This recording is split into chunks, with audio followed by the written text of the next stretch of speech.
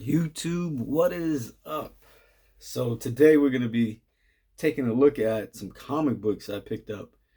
And I've never really done comic books on this channel, but with it's kind of hard to say this, but there's a lot of hype behind comic books right now. And as a collector, you guys know if you follow the channel that I'm a huge fan of Marvel and Marvel Legends, and it wasn't just until like maybe the last 5 years where I just stopped caring about comic books. And with this new resurgence of comic books, it kind of sparked my interest because I'm like, wait a minute, a lot of these books that are worth a pretty penny right now, I've had them. You know what I mean? If you uh, talk about some of the big spec books, like I had a lot of these books while I was a kid, and they were just mass produced and overprinted. And with everything that's going on in the MCU, um, yeah, they're starting to take off a lot. It's the same thing with sports cards. A lot of these players that had rookie cards during the 90s, maybe late 80s, early 90s, early 2000s, they didn't really get their due. Like, we knew Griffey was a monster on the field. We knew Barry Bonds, Frank Thomas, and all these players were awesome. Jordan, Kobe, and all these guys, and you know we knew these guys were the cream of the crop. You know what I mean? And for a lot of these cards now to be taking off and being worth, like I said, a pretty penny. We've seen a Kobe Bryant Topps Chrome Refractor, which was a hard card to get at the time, but they were around, during that year, which would have been 90, 96, 97. That would have been Kobe's rookie year. Yeah, they were around, and we just didn't care about it because we knew all these cards were overproduced and they were worth 10, $15. The refractor was probably a 40, $50 card at the time. And then Kobe's career takes off and it becomes harder to get. But now we've seen a card like that sell for $1 million. Like, that's insane. Like, we don't really know the truth behind that, but yeah, it did. And then we've seen what is it, Deadpool first appearance, very common book, right? And then next thing you know, it's pushing. Now, we're looking at a $3,000 book in a high, in a 9.8 graded book, right? So then, and it's kind of like the more I try to reach for that book, and that's the book that I am looking for, and the more we try to reach out for these books, the more we see like them getting pushed further up in value, and that's cool, but it's starting to get a little scary right now. But that's enough talking. But these are some books that I've been specking on, and some books that I had in my collection. At one point, I got my first graded comic book, and it's not a 9.8. It's not a high grade, but it's still a book that I have had, and it was a reader copy, and it was just beat the living crap. And like I know I had it, um, and I had boxes of comics, and I couldn't even tell you where those books are at all. Like, I have no clue. Um, yeah, no clue whatsoever. But that's neither here nor there. So you guys have seen some of the stuff that we picked up, but I'm gonna turn this camera around, and I have some books sitting on the shelves with some figures. It kind of looks cool, but this is what I've picked up over the last couple of weeks, and some of these books are not too expensive, but I'll tell you the reason why I picked them up. And some of these books are like just really just floating under the radar right now, and and you know yeah, we'll just go from there. All right, one second. So this book here has probably no, it's probably at best a $10 magazine, but it's from '85, and it talks about Chris Claremont, and he just pretty much talks about a bunch of stuff. And this really, I didn't pick it up because I thought it was worth anything. I just thought it was a cool cover with Wolverine. I'm a huge Wolverine fan. But yeah, so from there, I picked up the other day a the same day maybe, and maybe this is over the last 2 weeks, for sure. But I think I picked this one up with that one as well, and that's Masters of the Universe first issue. We got Skeletor and Hordak there with him, and this is not necessarily the very first comic of He-Man. The first one was in '82. This is the first, I want to say, series of '86. So that's number one. Um, a few books that I picked up, not necessarily a spec book, because we know that they are going to be making a movie. They just announced it on Mask. And then here we have Mask issue number 1. I'll let you guys take a look at that for a little bit, which is a cool comic. But I remember the toys like yesterday, man. These toys were so awesome, and a lot of these comic books, they got toys. I mean, I think with them announcing a movie for Mask, I think this entire run is gonna take off. So I have the complete series of Mask, and I got that for like $20. Like, so there was one, there's issue 2, 3 here, 4. Let's see, yeah, that's 4. Issue 5. If you want to take a look at that for a second. Hopefully there's not too much glare. 6. 7. Issue 8. Actually, that should be issue. Yeah, that is issue 8. And then issue 9. For some reason, I thought that was the final issue, but no. So yeah, really inexpensive.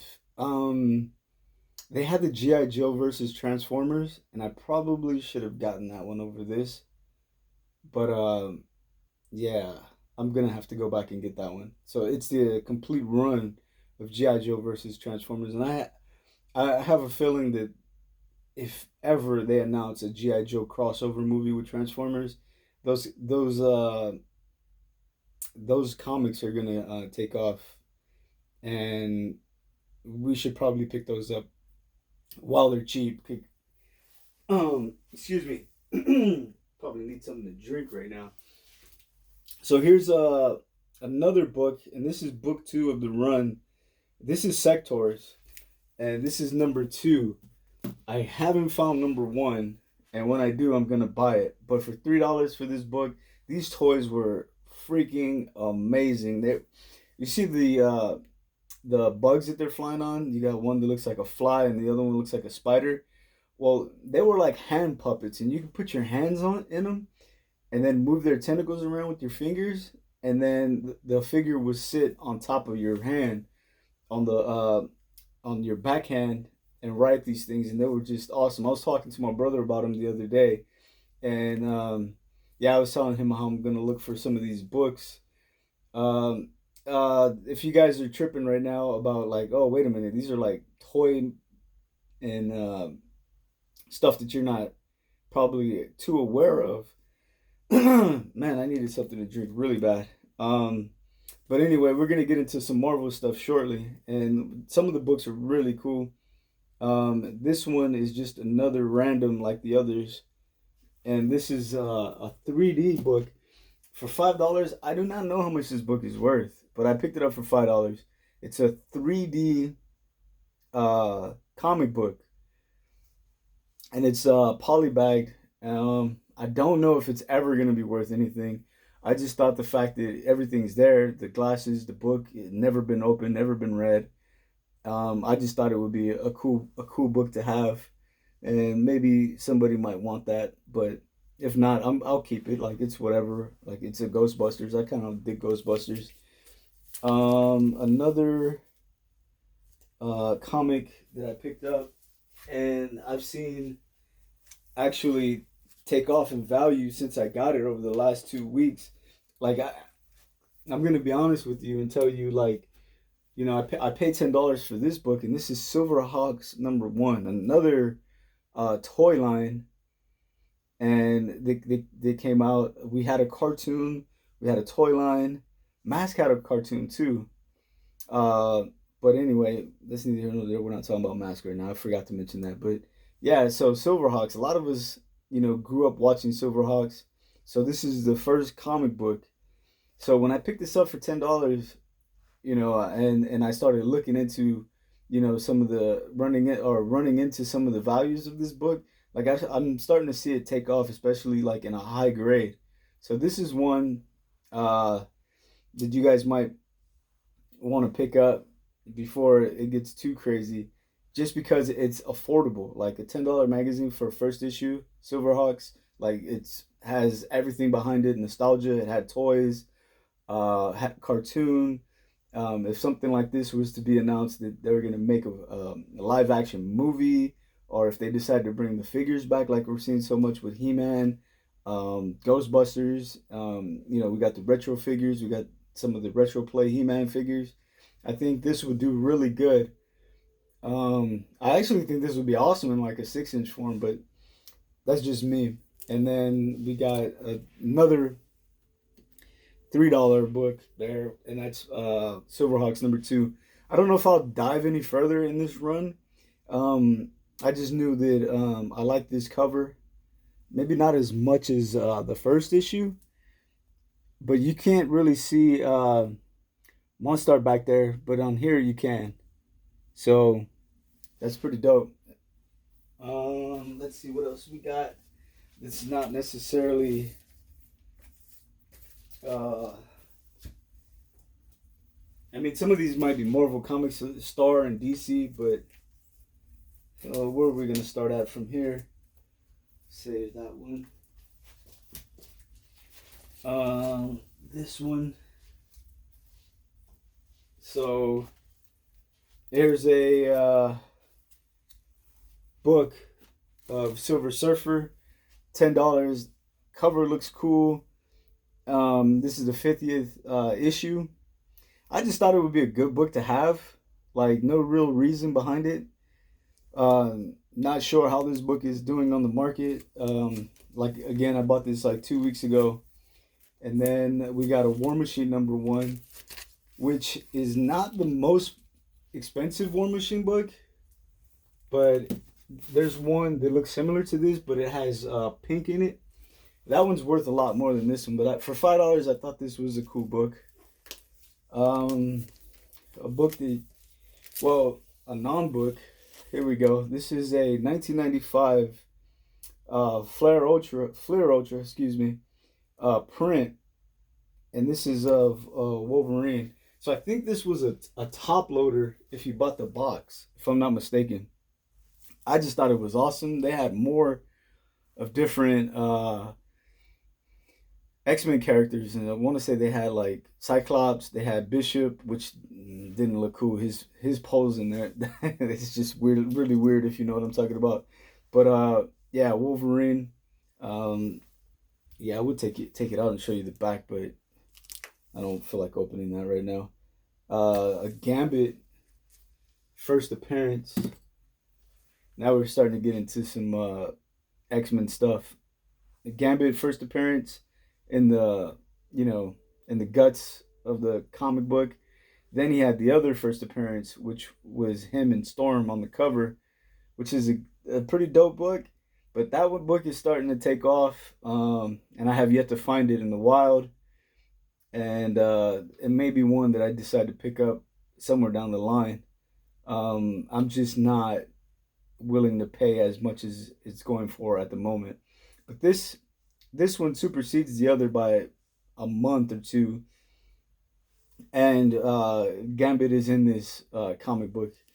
Another book I picked up was New Warriors. And I don't know, $10 for this book. I'm not too sure if that was a good pickup, but it is New Warriors, first issue. not necessarily these characters' first appearance, but their first issue of them being together as a team. Pretty dope book. We know that Night Thrasher was the whole reason for the Civil War.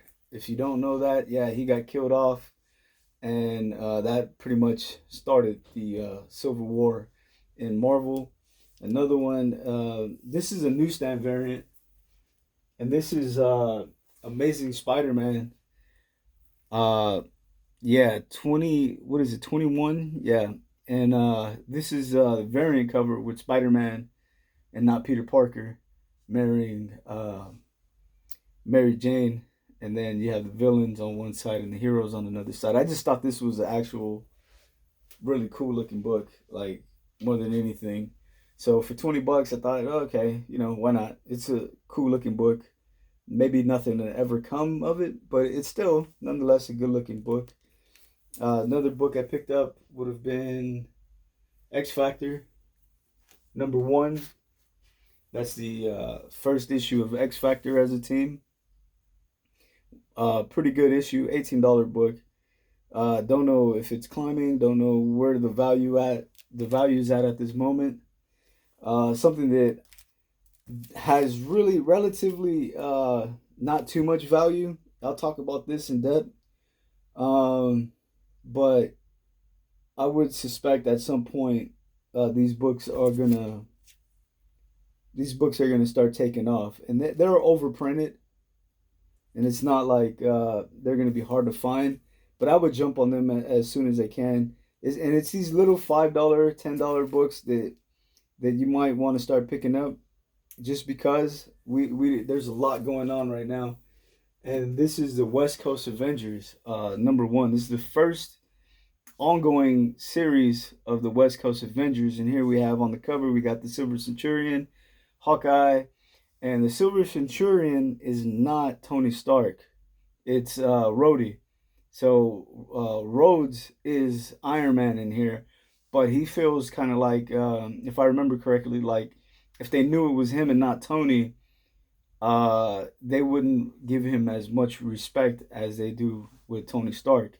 So this is the first ongoing series of the West Coast Avengers. At this time, Tony is like somewhere busy doing something else, and Rhodes takes the mantle as Iron Man. I know I said that already, but in the MCU, Iron Man is dead. And if we're gonna have Iron Man, I think they might do away with War Machine and bring in the Silver Centurion and Rhodes in that Silver Centurion. What would you say, armor? But that's all speculation. There's nothing saying that that's gonna happen, but I just have that feeling. And for $5, this is something I thought I would pick up. Not only do we have the West Coast Avengers first #1, and that's the first ongoing series. This is the first mini series of the West Coast Avengers, and this is all 4 books, and this is when Hawkeye put everybody together, and I think this one has more potential than the other. Even though I got this one for $5, and I got the complete set here of all 4 books for $10. I still think that this one may have a lot more value than the other. So, if that makes any sense. So yeah, pretty crazy week. Another one before I get into the last couple of things. I don't know if you guys have actually seen this, but I picked up a bunch of Deadpool X-Force stuff. There's X-Force #1 that has the Deadpool card inside that everybody's gone crazy about. I don't know if it is gonna be worth anything, or if whatever, like Deadpool rookie card. Oh well, I happened to find it and I just said, okay, if I'm gonna get an X-Force first issue, I might as well get the one that everybody's going crazy about because it's here and it's $8. So anyway, so we got Domino. That's not her first appearance. I think that's the first time they reveal her. And like it's really twisted because there's two Dominoes. One's Domino and the other one's like an imposter. Then we got the second appearance of Deadpool. We actually picked up uh, two issues of that. We picked up the complete X-Men #1 four issue variant, if you want to call it. So there's four different issues that create that puzzle. We should know about that puzzle by now, or that poster looking thing. The first issue, it has all of them in it, but whatever. And then here we got X Factor #1. Let me see. Do I have any other comics laying around somewhere? Nope, not at the moment. So let's just bring this to an end. So the other three books, these are the last three. This is Wolverine 88. I didn't pay more than $15 for this book. Really good condition.